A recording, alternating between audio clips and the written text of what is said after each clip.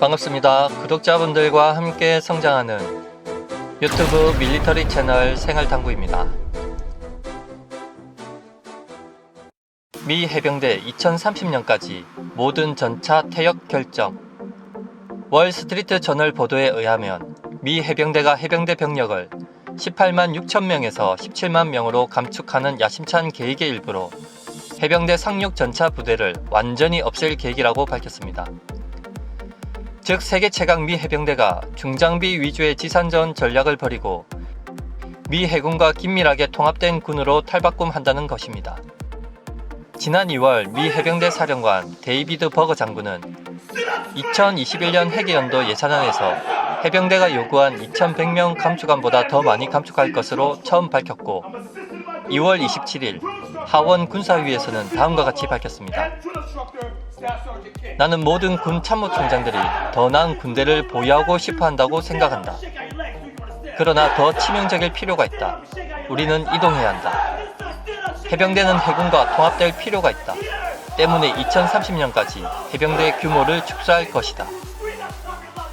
즉 지상 전력 중 전차와 야포 규모를 최대한 감축하거나 없애고 모든 틸트로터, 공격 및 대형 수송 비행대를 없애기로 하였고 비용을 절감하여 해군과 통합해 신속한 작전을 추구한다는 것인데 이게 미군 입장에서는 이동식 지대함 미사일이나 무인체계, 상륙함 등을 이용해 중국의 연안 지역을 보다 가볍고 유연하게 이동하여 전장을 통제하겠다는 것이죠.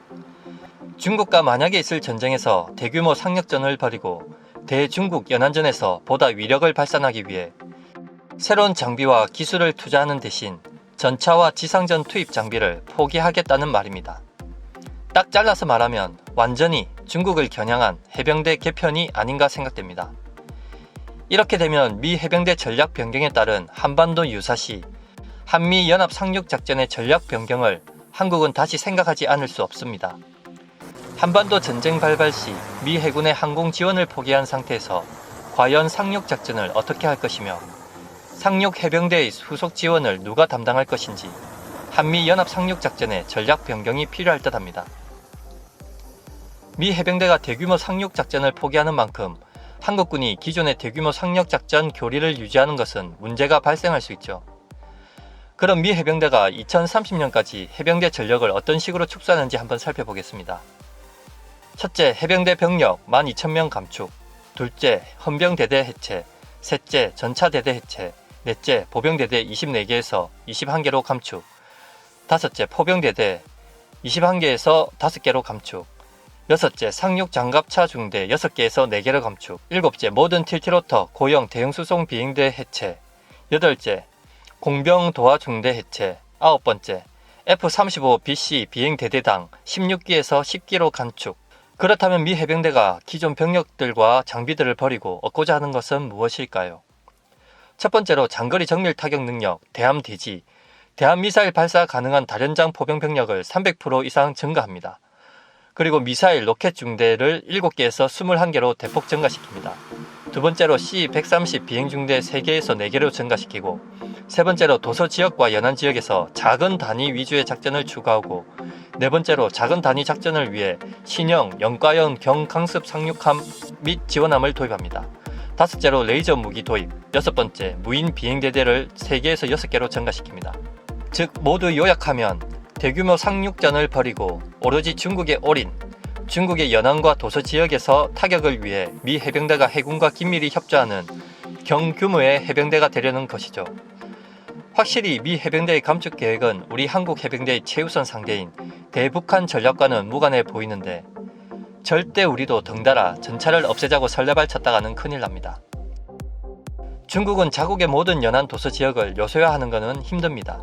때문에 미 해병대는 앞으로 더욱 신속한 전개 대신 내륙 깊숙이 진격하지 않겠다는 것인데 이는 미 육군이 제시한 다영역 전투 전략을 포기하고 마찬가지로 미국의 공해전 개념도 쌍팔년대에는 중국과의 대결에서 통했는지 몰라도 미국도 이 점을 알고 새로 등장시킨 것이 국제 공역에 대한 접근 및 기동을 위한 합동교리 JAMGC입니다. 이건 동남아 주변의 많은 섬들에 미국이 C-17 수송기로 경량 다련장을 갖고 와서 사거리 100에서 300km 범위의 중국군 레이더와 미사일, 군 시설을 타격하여 중국의 팽창을 저지하는 것이죠. 쉽게 말해 일종의 특수부대 작전의 확장판이라고 할 수 있겠습니다. 미국은 최근 블루 그린 팀이라고 해군 해병대를 한 팀을 이뤄 비대칭 전력으로 상륙전이나 도서 연안 공격 작전에서 중국의 목표물을 1차적으로 타격해서 어느 정도 날려버린 후 보다 안전한 상륙 작전으로 대응하겠다는 것입니다.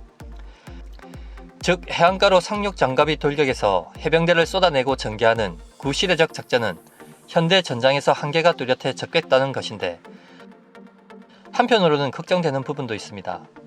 해병대 상륙 작전 시 전차는 강력한 은폐물이자 이동이 가능한 화력을 지원하여 적 해안 진지를 무력화하고 교두보 확보 후 반격에 대한 방어에서 필요한 전력인데 말이죠. 미 해병대 사령관인 데이비드 버거 장군은 신문에서 전차를 가진 해병대는 필요하지 않다고 밝혔고, 미 해병대는 10년간 남중국해와 동중국해 섬으로 신속하게 전개할 수 있는 50명에서 100명 정도의 원정 연대를 설립하여 중국의 미사일 사거리 내에서 싸우는 해병대를 만드는 것이 목표라고 했습니다. 미군과 합동 해병작전을 염두한 한국 해병대로서는 이번 미 해병대 축소는 날벼락이 아닐 수 없겠습니다. 시청해 주셔서 감사합니다. 구독과 좋아요와 알림은 기쁨입니다.